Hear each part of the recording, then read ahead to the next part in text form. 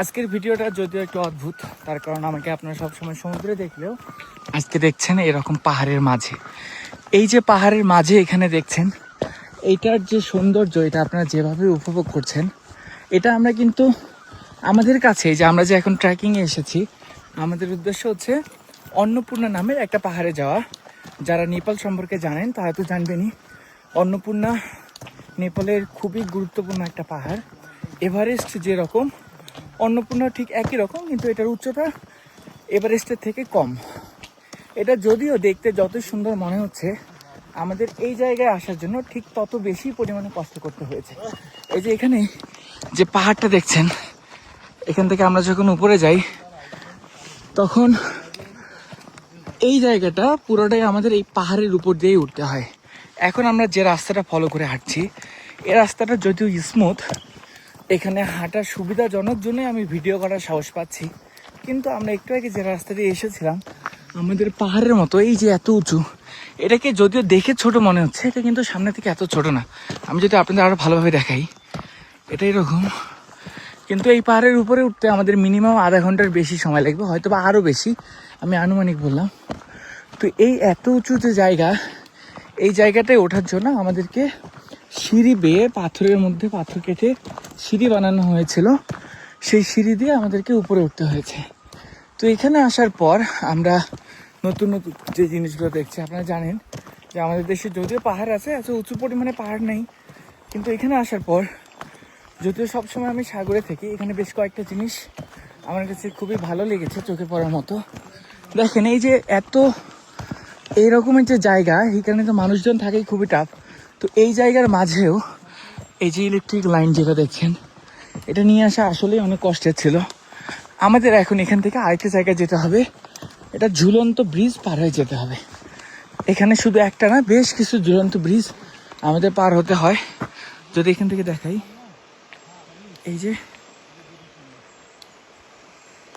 আমরা এখন এখান থেকে ঠিক ওই ঝুলন্ত ব্রিজেই যাব। এখান থেকে ঝর্ণার শব্দ পাচ্ছি, ঝর্ণা যদিও দেখা যাচ্ছে না, মনে হচ্ছে এটা খুব কাছাকাছি হবে, তার কারণ পাহাড়ের মানুষের পানির সোর্স একমাত্র এই ঝর্ণাই। আমরা যেহেতু এখন নেপালে আছি, আমাদের পরবর্তী গন্তব্যস্থান হচ্ছে এই বেস ক্যাম্প, মানে অন্নপূর্ণা বেস ক্যাম্প। আমরা যে পাহাড়ে যাচ্ছি সেটা শেষ করে আমরা কাঠমান্ডুতে যাব, যেটা নেপালের রাজধানী।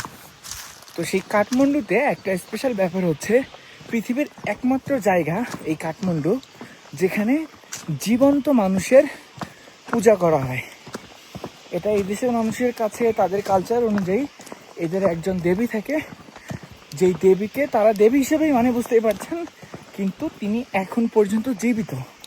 তো আমরা ওটা যদিও একটা ঐতিহাসিক স্থান, তো আমরা যেহেতু এখানে এই পৃথিবী এক্সপ্লোর করতেই আমাদের ভালো লাগে, তাই এই জায়গাটা যেহেতু অদ্ভুত, আমি নিজেও দেখব আর সাথে আপনাদেরকেও দেখানোর চেষ্টা করব যে জিনিসটা আমি এখন যেভাবে দেখাচ্ছি ঠিক একইভাবে। এই যে আমরা এই জায়গাটা ফলো করছি, যে জায়গাতে দিয়ে হাঁটছি, এখান থেকে আমাদের অলমোস্ট আমরা 1.5 ঘন্টা পার করে ফেলেছি। এই যে 1.5 ঘন্টা আমরা হাঁটছি, এই 1.5 ঘন্টা কিন্তু খুব বেশি না, আমাদের এভাবে ঠিক 7 দিন কন্টিনিউ হাঁটতে হবে। 7 দিন এভাবে কন্টিনিউ হাঁটা, তারপর আমরা একটা বেস ক্যাম্পে পৌঁছাবো। যেই বেস ক্যাম্প থেকে যারা এক্সপার্ট, যারা সমুদ্র সবসময় পাড়ি দেয়, তারা ওই রাস্তাটা ফলো করে আমরা সেই বেস ক্যাম্প পর্যন্ত যাব। যেহেতু আমরা এক্সপার্ট না, এখানে দেখেন আরেকটা রাস্তা দেখা যাচ্ছে পাহাড়ের মধ্য দিয়ে এই জায়গায়। ওহ, এটা অনেক বেশি সুন্দর। আমাদের বাংলাদেশে যেমন আমরা গরু আর ছাগল বেশি দেখি, এই পাহাড়ি এলাকায় যদিও এখন এখানে গরু দেখা যাচ্ছে, কিন্তু আমরা বেশ কিছু জিনিস খেয়াল করেছি, এখানে ভেড়া আর গাধার পরিমাণ বেশি, আর কিছু পরিমাণে মহিষ দেখা যায়। বাংলাদেশের যে কোনো রেস্টুরেন্টে আপনি মুরগির মাংস, খাসির মাংস অথবা গরুর মাংস পাবেন, কিন্তু এখানে বেশিরভাগ রেস্টুরেন্টেই মহিষের মাংসটা খুবই কমন। এই যে পাথরের যে রাস্তাটা, এই দিক থেকে ঝর্ণার পানিগুলো আসে। এখন যদিও ঝর্ণাটা কিছুটা শুকানো, এটা দেখে মনে হচ্ছে যে এই জায়গাটা পুরোটাই হয়তো বা পানি একটা স্রোত যায়। এখন আমরা সেই স্রোতই পার হয়ে যাব, কিন্তু এটা একবারই নগণ্য। তো আমরা এখান থেকে এক পাহাড় থেকে আরেক পাহাড়ে চলে আসছি। আমাদের এভাবে এই পাহাড়ি রাস্তাগুলো পাড়ি দেওয়া বা এই সৌন্দর্যটা আপনাদের কেমন লাগে অবশ্যই আমাকে কমেন্টে জানিয়ে দিবেন। তো এখান থেকে আমরা যতদূর যাব পুরোটা জায়গায় একই। তো এখানে আরেকটা অদ্ভুত জিনিস, এই যে প্রজাপতি দেখছেন, একটা মারা গেছে আর একটা কাঁদতেছে। এখানে দুইটা প্রজাপতি, একটা প্রজাপতি অলরেডি ডেড, যা বুঝছি এটা অন্য কারণেও হতে পারে। এই প্রজাপতি দুইটার মধ্যে একটা মারা গেছে, আরেকটাকে টেনে নিয়ে যাচ্ছে এরকম দেখে মনে হচ্ছে। উফ, যারা এসব নিয়ে ভালো জানেন তারা কমেন্টে জানিয়ে দিবেন যদি আমি ভুল হয়ে থাকি, কারণ এটা আমি যা বলেছি অনুমানের উপর ভিত্তি করে আপনাদের জানিয়েছি। দেখেন আমরা ছিলাম ওই পাহাড় থেকে এই পাহাড় থেকে এখন এটা যদিও পাহাড়ের মতো অত উঠছে না, তবুও একটা স্তম্ভ এখানে আছে। আমরা ঠিক এইভাবে হাঁটতে হাঁটতে যাচ্ছি আরেকটা পাহাড়ে। তো এভাবেই আমাদের এই পাহাড় ওই পাহাড় এই পাহাড় সেভাবে পাড়ি দিয়ে আমাদের অনেক উপরে উঠতে হবে। আমরা কিছুক্ষণ আগে উপরেই উঠেছিলাম, কিন্তু এখন যেখানে যাচ্ছি এটা আমাদের শুধু নিচের দিকে যাচ্ছে।